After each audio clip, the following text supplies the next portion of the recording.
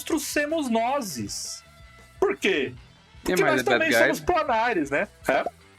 Será eu os homens, um cara ruim, né? Será eu o vilão? Somos será nós os eu? vilões? Harry the bad guy. Por quê? Porque nós também somos planares, senhor Otávio. Nós também estamos em um plano. E às vezes, você vê aquela criatura grotesca cheia de braços, cheia de olhos e cheia de mandíbulas, que estava apenas indo para casa. E aparece um monte de gente de outro plano, sedento por sangue, massacra ele, massacra a família dele.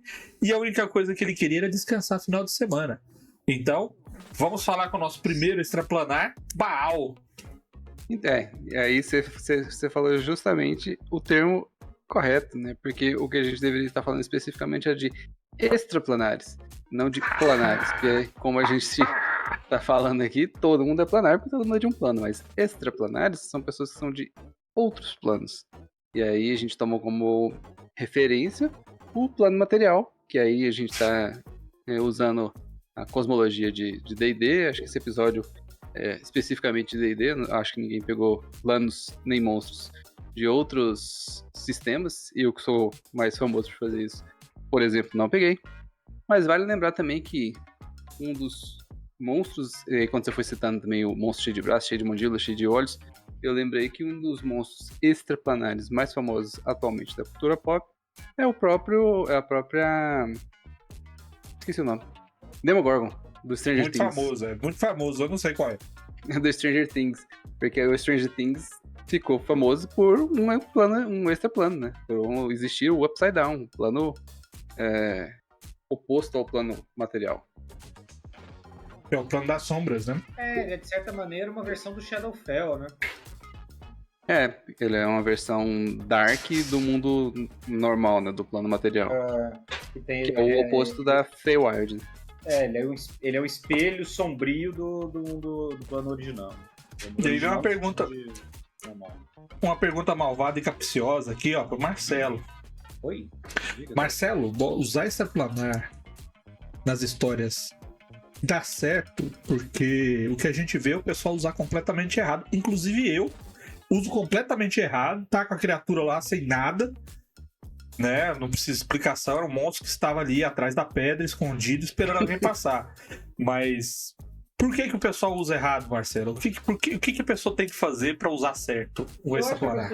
A pessoa tem que assimilar a ideia de que usar criaturas extraplanares entra no mesmo critério de qualquer criatura que você for utilizar, no sentido de ela tem que fazer sentido, né? Ela tem que ter um contexto. Você não vai narrar uma aventura no deserto e do nada as pessoas vão encontrar um Yeti na areia. Por quê? Porque o Yeti não é um bicho de areia. A regra vale para um extraplanar também. Então, assim, você tem que ter um motivo para aquele encontro existir. Não faz sentido você ficar usando criatura extraplanar para encontro aleatório, a menos que seja uma criatura extraplanar cuja natureza, cujo conceito, cujo funcionamento dela seja justamente de aparecer aleatoriamente em outros lugares. Aí tudo bem. Mas fora isso, não faz sentido, tipo, você encontrar um Demogorgon numa aventura no plano celestial. Por quê? Porque o Demogorgon jamais poderia pisar no plano celestial. Eu acho que... Acho que você quer dizer que alguém tem que ter puxado, a não ser que essa criatura tenha capacidades próprias de saltar de plano, né, igual você tinha falado, alguém tem que ter puxado esse cara de lá. É isso, entendeu? O olifante, existe um animal chamado Rolifante do D&D, que é um elemento, um celestialzinho, tipo um espírito de elefantezinho voador. Parece um celestial. Dumbo, assim. É tipo um dumbinho, exatamente. É um espírito celestial bom e tal, que ajuda criaturas boas. Não vou fazer um encontro com um Rolifante no meio do Nine Hells, a menos que tenha uma explicação pra isso, seja explicado. Então, assim, é uma via de mão dupla, as criaturas extraplanares, porque, por um lado, é muito esquisito você fazer um encontro aleatório com uma criatura dessa em qualquer lugar. Tem que fazer sentido, tem que ter uma lógica, e isso às vezes é mais difícil, né? É muito mais fácil você falar assim, não, vocês encontram um Goblin, em qualquer lugar que você quiser fazer um encontro com um Goblin, você pode, sabe? Os Goblins existem. Um bandido. Você não precisa nem explicar, o bandido de qualquer natureza, porque todo lugar tem um bandido, tá? Mas se você for usar um extraplanar, ele tem que fazer sentido com o local onde vai acontecer um encontro. Isso é mais difícil, mas por outro lado, isso também já traz inerentemente um lore associado. Se você de repente se depara com a situação que você está lidando com um celestial, agora você já sabe que tem celestiais envolvidos no que quer que esteja acontecendo. Isso é, de certa maneira, informação. É melhor do que você encontrar um bandido genérico, porque bandido genérico tem em qualquer lugar. Entendeu? E é engraçado colocar isso aí, porque o meu argumento foi: eu coloco uma criatura extraplanar no lugar onde ele se espera, atrás de uma pedra, debaixo de uma moita, e ele simplesmente faz pá, e eu assumo o erro e tudo mais. Só que, de onde vem esse? Por que esse extraplanar tá aqui? Então, assim, Jesus falou: alguém trouxe. Se existe, tá lá, Coríntios, versículo 14, capítulo 14, versículo 2. Se tem o extraplanar, é porque alguém trouxe. Então, assim, se alguém trouxe por quê? Tem tanto extraplanar no sistema que fica difícil você pensar que alguém trouxe. E aí entra o que eu gosto de usar. Eu gosto de usar o seguinte. Quando eu peguei e desenvolvi o Eras, eu meio que mexi nas magias, porque tem um monte de magia igual que faz a mesma coisa. Então eu meio que categorizei não pela escola que ela tá, mas pelo tipo. Então tem um tipo de magia que é a magia de transporte. Qualquer magia de transporte é aquela que tira uma coisa de um lugar e leva para outra através de outra dimensão. Então não é você levitar alguma coisa daqui para lá, é você fazer ela desaparecer aqui e fazer ela aparecer lá. Significa que você cortou ali, você fez um atalho entre dimensões para ela ir para lá, mesmo que seja entre a sua dimensão. Então o que eu faço?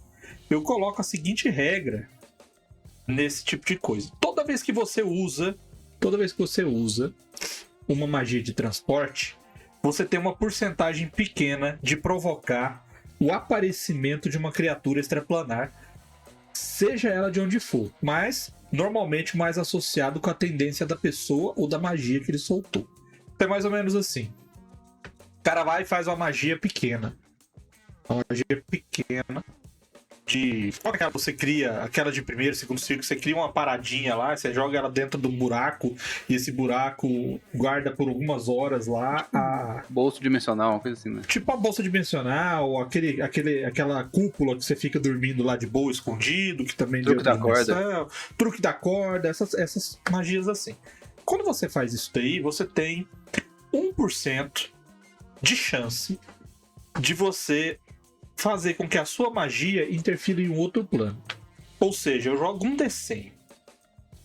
Quando eu jogo um D100, existe 10% de chance dessa porta ficar aberta.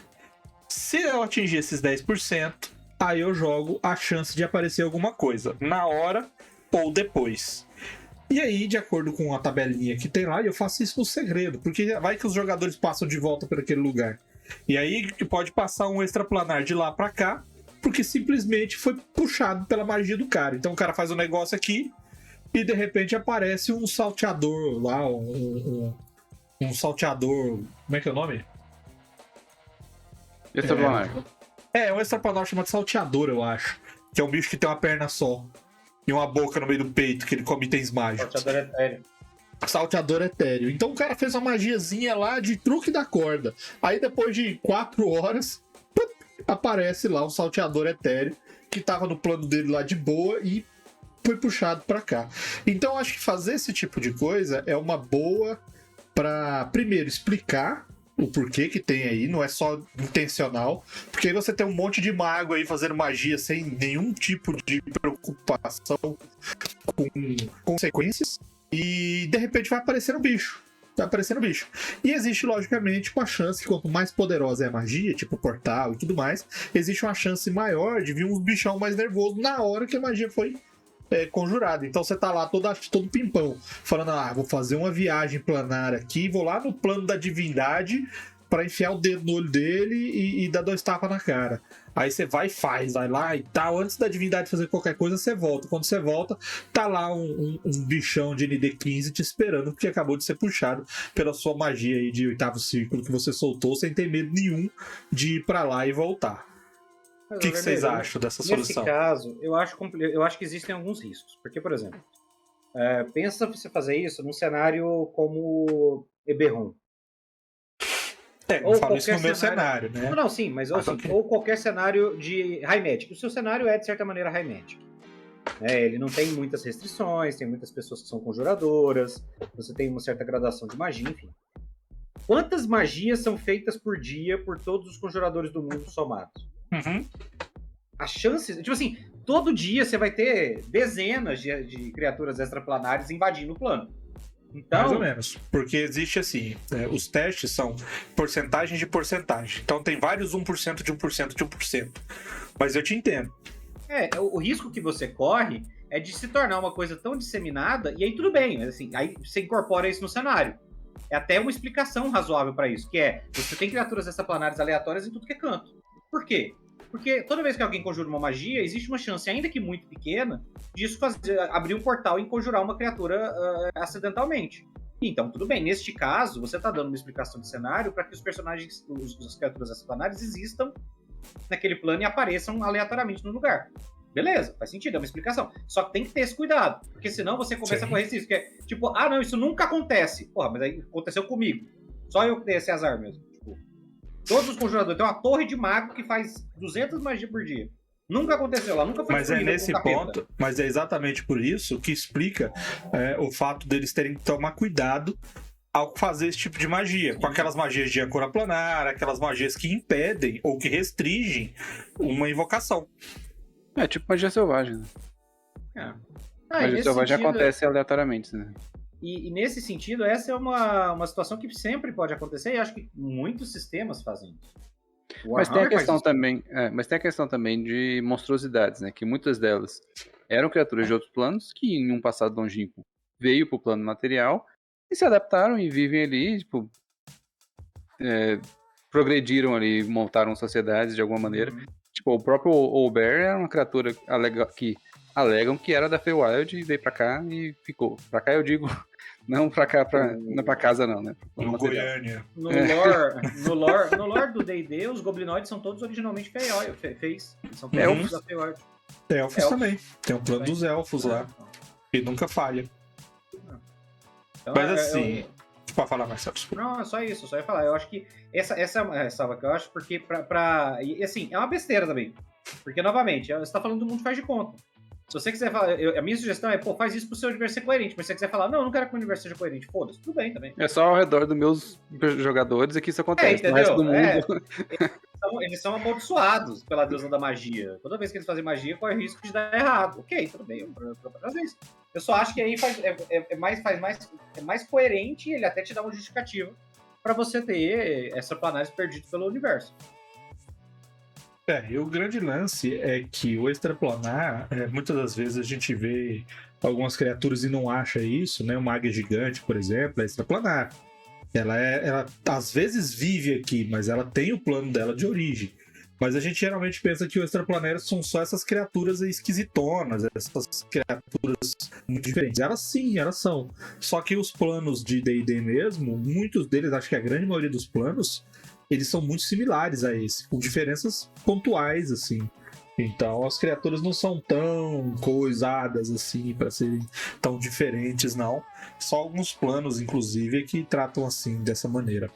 E muitos deles também têm meio que uma raça predominante equivalente ao humano, né? Sim. Quando eles são povoados, né, por criaturas inteligentes, tem uns planos aí mais bestiais, selvagens e até desérticos. Ou elementais, né? Então, eu acredito que quando você for usar criaturas planares na sua aventura, então lembre-se, você também é planar. Você também pode ser o terror para outras criaturas.